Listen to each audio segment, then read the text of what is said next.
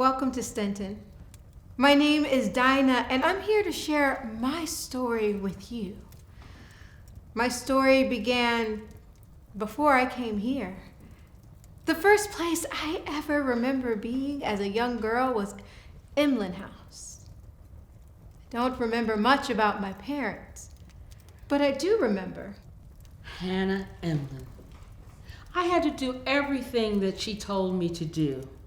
That included brushing her hair, laying out her clothes, washing her clothes, dusting, washing the walls, washing the floors, and even down to emptying those nasty old chamber pots.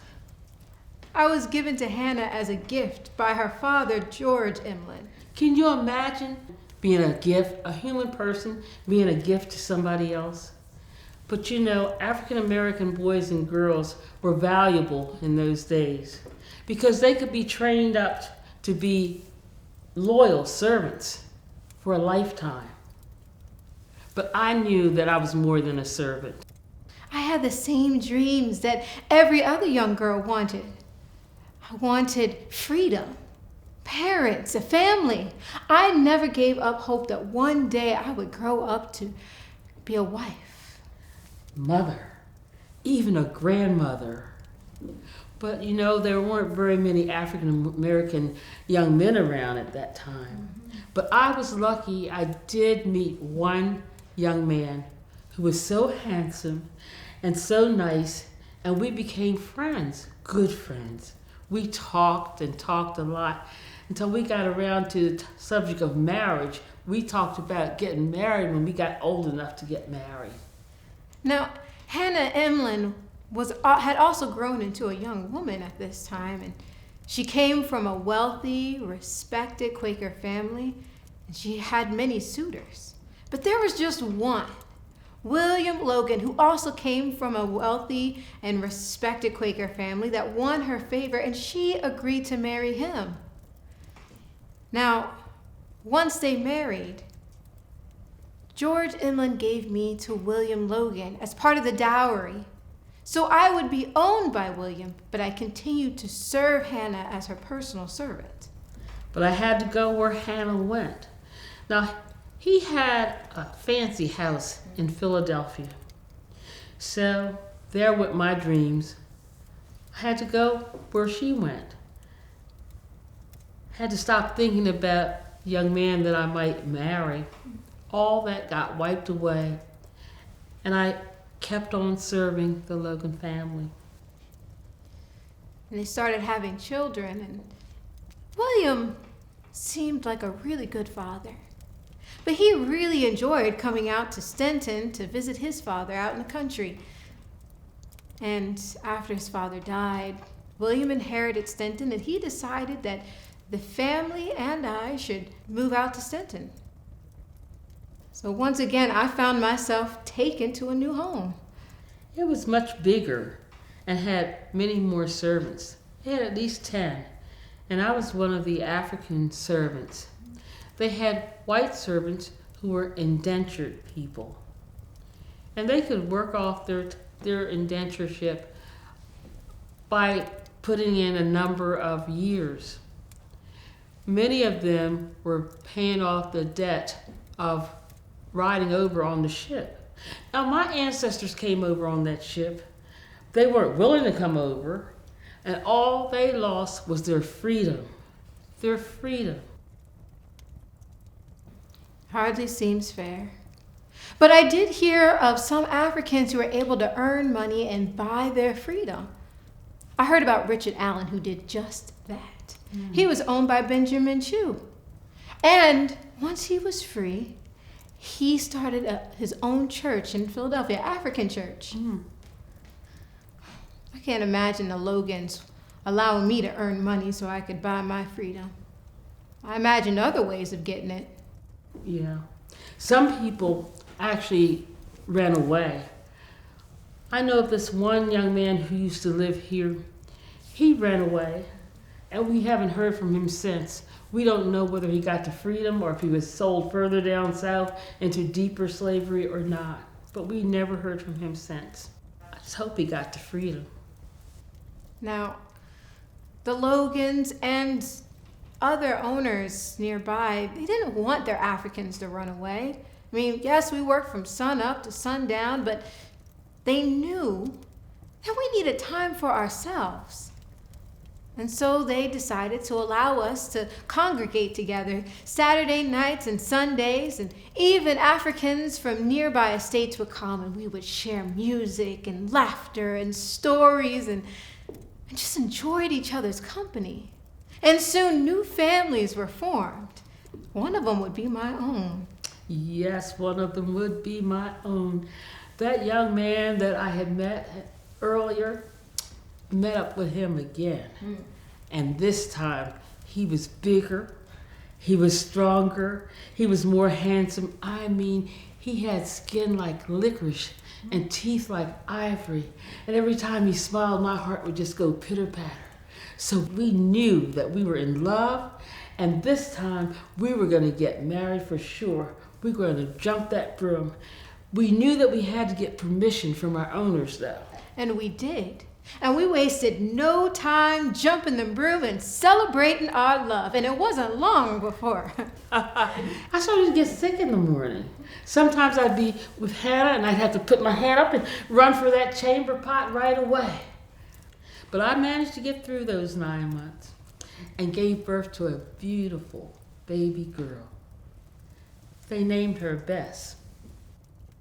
I just wish my husband could have been there for the birth.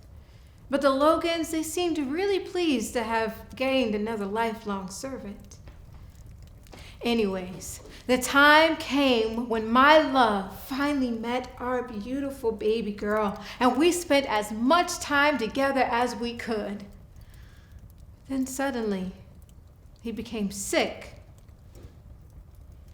weak, he couldn't work. His owners offered him his freedom, but my love wisely refused. He couldn't take care of himself.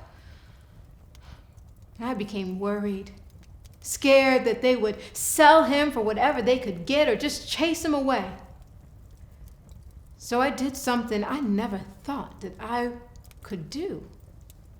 I went to the Logans and I begged them to buy my love. I told them that I couldn't sleep, I couldn't eat. And they said that if the Quakers found out that they would bought him, they would be disowned. But I persisted. And they agreed.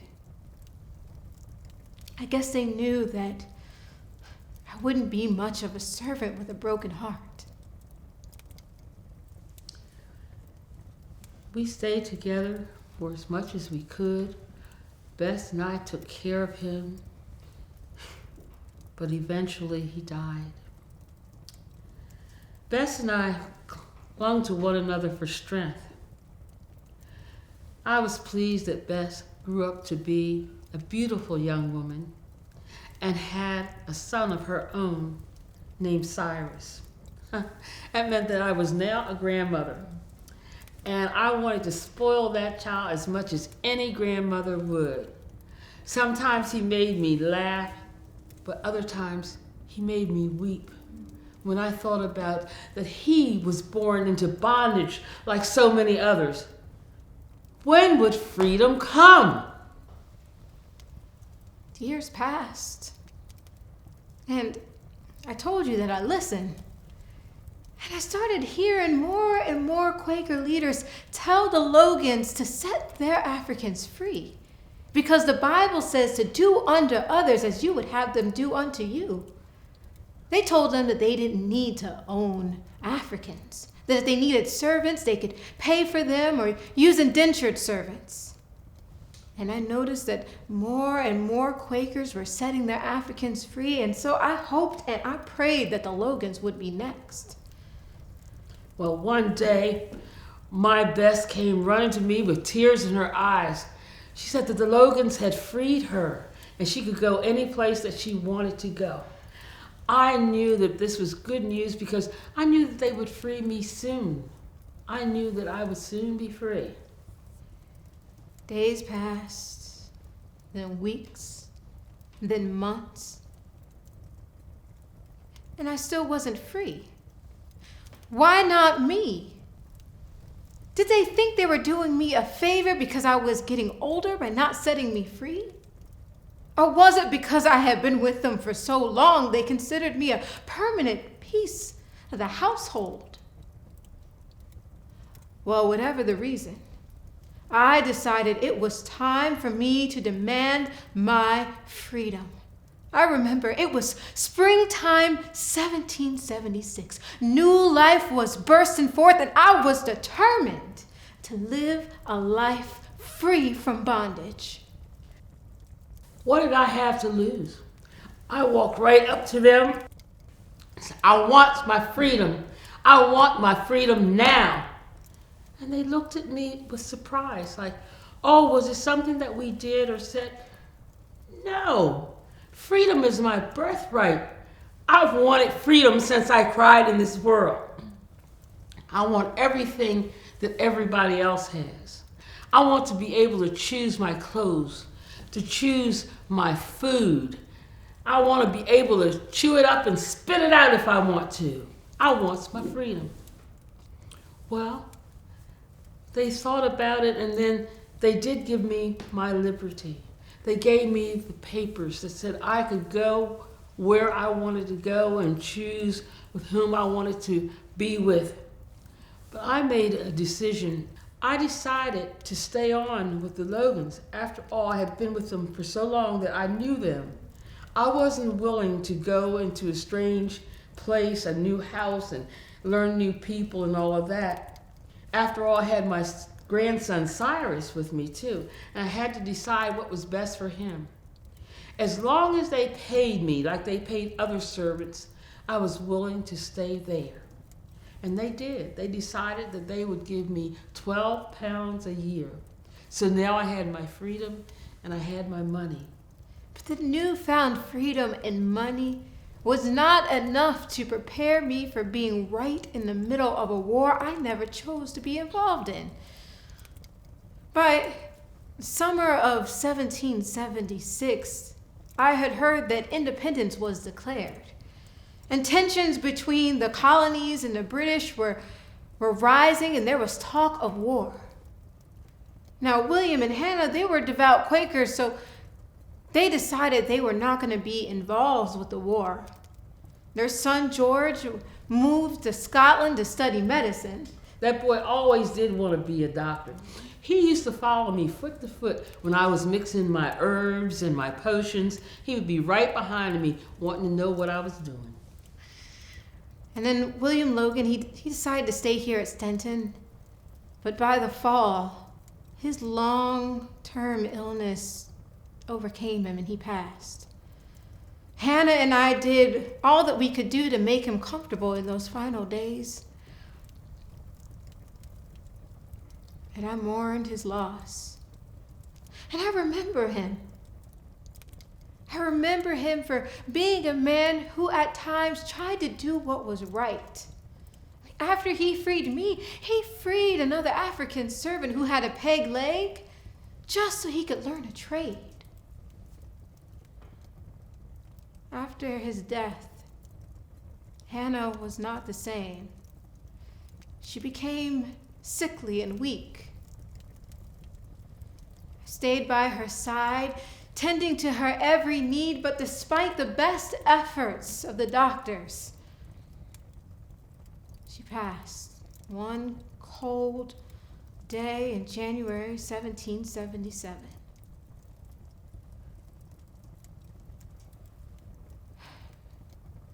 Hannah was gone. And I mourned Hannah. I had known her for what seems like all of my life.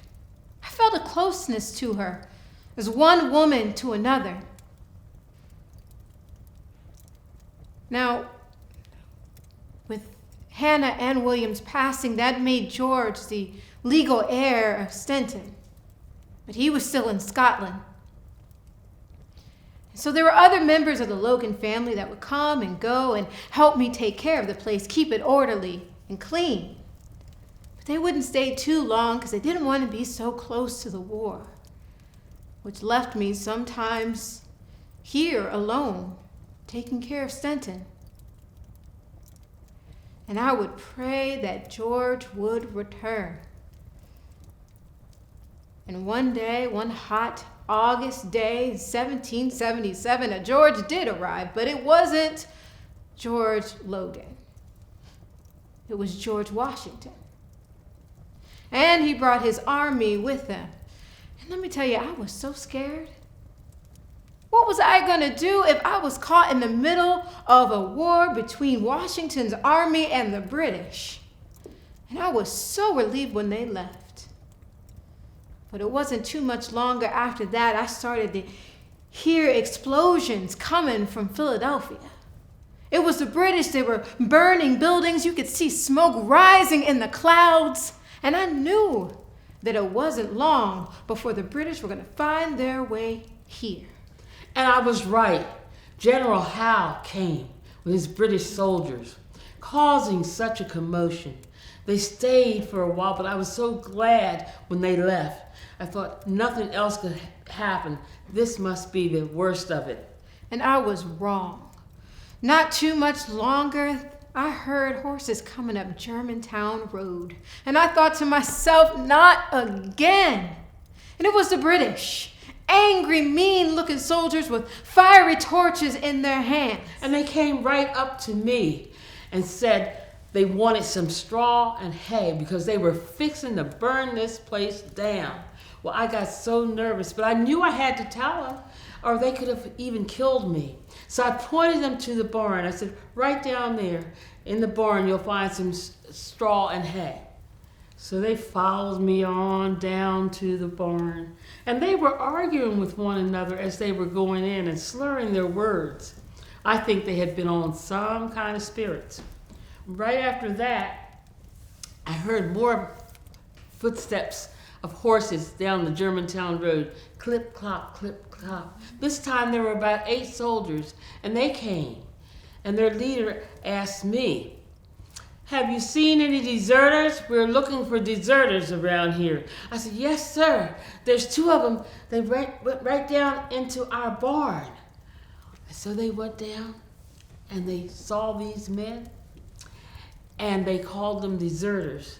Now, of course, they protested and said that I was lying. But they took those men, threw them over the horses like a sack of potatoes.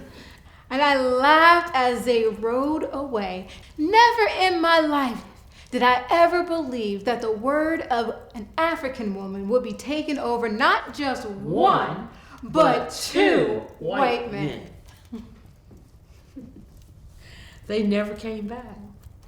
And it meant that I could stay in the home that I knew. I had saved Stenton House. Me, Dinah, remember my name. Years passed after that, and I tried to take care of this place as much as I could, but it needed some fixing. But in 1780, George Logan returned, and he got married, and he had 3 wonderful children. And he started fixing up the place. He tore down some monstrous walls here and built up other walls there and planted beautiful trees, and there was wonderful green grass just growing everywhere, and this place was beautiful. He even brought in some exotic animals. I think we even had a white peacock. Yes, it was lovely. The place had changed from when the Africans were here and the indentured servants. It was now a farm. People came to visit and to look at it. It was such a beautiful, beautiful place. My time for leaving this world is near. I often think about, what will I leave behind? I don't have any riches. I don't have houses. I don't have money. But what I do have is my name. And my story. I want you to remember my name, Dinah. As long as you speak my name on your lips, my spirit will be remembered. There were many Dinahs. There were 2 over in Cleveland. It seems that the white people loved that name. It meant to them that Dinah was like the same, a servant to serve them. But my story and the story of all those other Dinahs show that you can't put out the fire of freedom that burns inside of us. Yes, it's just like that song we used to sing when they allowed us together. We would sing, "There's fire deep down in my bones. There's fire deep down in my bones. It's the fire of freedom, and freedom won't leave me alone." It's that same fire that this servant Samson, who was a servant of James Logan, he had that fire. He was so angry, and in protest he burned down a building. You just can't stop that fire of freedom. So may my story inspire all of us to embrace freedom and equality for all, and to keep this house that we all share from burning down.